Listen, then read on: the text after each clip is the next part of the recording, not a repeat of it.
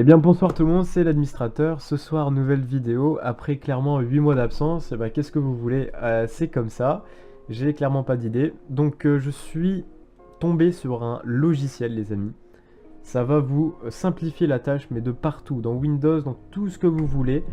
Que ce soit pour des transferts de données, même regarder deux fenêtres en même temps. Enfin, vous allez vite comprendre. Et vous allez dire, mais putain, il me le faut ce programme, et même si ça consomme ne serait-ce qu'un % de mon processeur, je vais l'installer. Parce que je vois déjà les mecs, ah mais ça tourne en même temps. Enfin voilà, bref. Donc je vous conseille de l'installer. Voilà, j'ai fait la pub du logiciel, super. Donc le lien sera bien sûr dans la description. On va tout de suite, comme d'habitude, le télécharger, hein, parce que voilà. Je vous invite à le faire en même temps que moi, comme ça vous le découvrez, et puis si vous aimez pas, vous le désinstallez, c'est aussi simple que ça. Voilà, donc là on arrive sur cette page, on voit que le personnel est à 0 $, donc on va le prendre, le 0 bien sûr. Après bien sûr si vous adorez le logiciel, vous avez trouvé ça mais splendide, exceptionnel, vous pouvez faire un don de 9 € et vous aurez toutes les fonctionnalités que je vais expliquer juste après très rapidement. Voilà, 9 € c'est pas grand chose et c'est un développeur pas très connu donc je pense que ça peut faire plaisir. Voilà, je fais de la pub mais je ne suis pas payé. Yes. Alors, c'est très simple, on a téléchargé notre magnifique fichier qui est tdtabs.msi.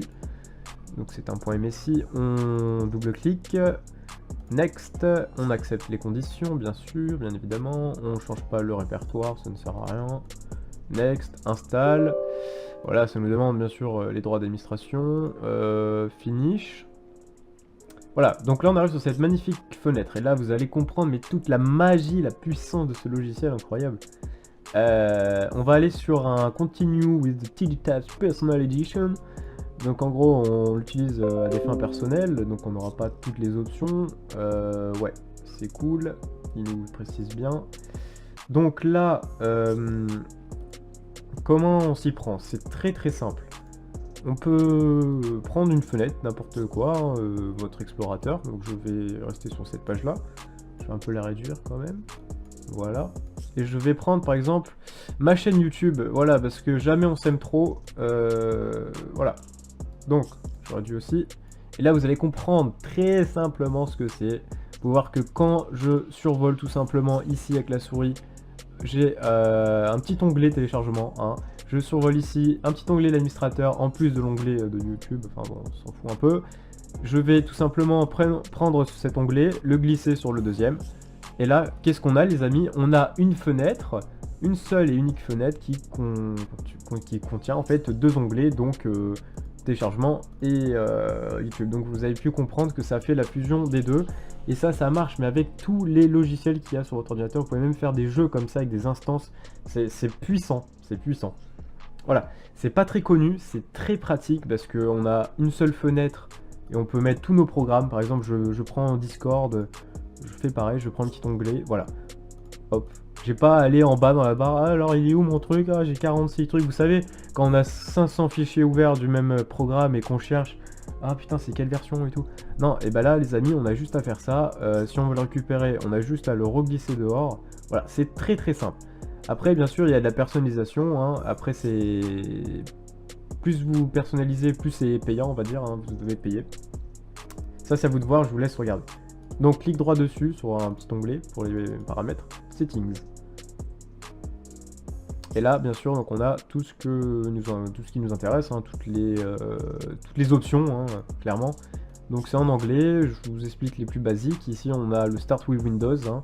Donc voilà, démarrage avec Windows, c'est à vous de voir. Moi, je préfère le laisser. Check for update, si ça marche très bien, bon bah voilà, on n'a pas à le mettre parce que ça va se faire un scan à tous les... Je sais pas combien de temps, mais ça va faire un scan de votre ordi. Donc bon, c'est à vous de voir. Apparence ici, donc on a quand même quelques réglages gratos et après on voit que si on change la couleur, c'est payant, hein, bien sûr. Bon, ici on a des features, hein, donc à vous de voir. On a des exclusions, ce qui veut dire qu'on peut tout simplement, Si je veux pas que Discord bénéficie de ce petit onglet, je fais clic droit et exclude Discord, donc voilà, clic droit. Et Discord ne pourra plus avoir l'onglet, vous pouvez voir que je le survole, il n'a plus d'onglet et je ne peux plus l'incrémenter dans les autres en fait, c'est aussi simple que ça. Voilà, donc là, et on a un grouping, bon ça j'ai pas trop regardé, mais ça doit être à peu près la même chose avec une option supplémentaire. Voilà, donc c'est un logiciel très sympa. Franchement, je recommande. Donc vous avez tous les liens. Si vous avez des questions, n'hésitez pas dans les commentaires, bombardez les commentaires. Des commentaires utiles, bien sûr, hein, parce que bon, des fois je lis les commentaires, les amis, je vous cache pas que c'est un peu bizarre, voilà. Mais bon, on rigole bien dans les commentaires, c'est le plus important. Voilà.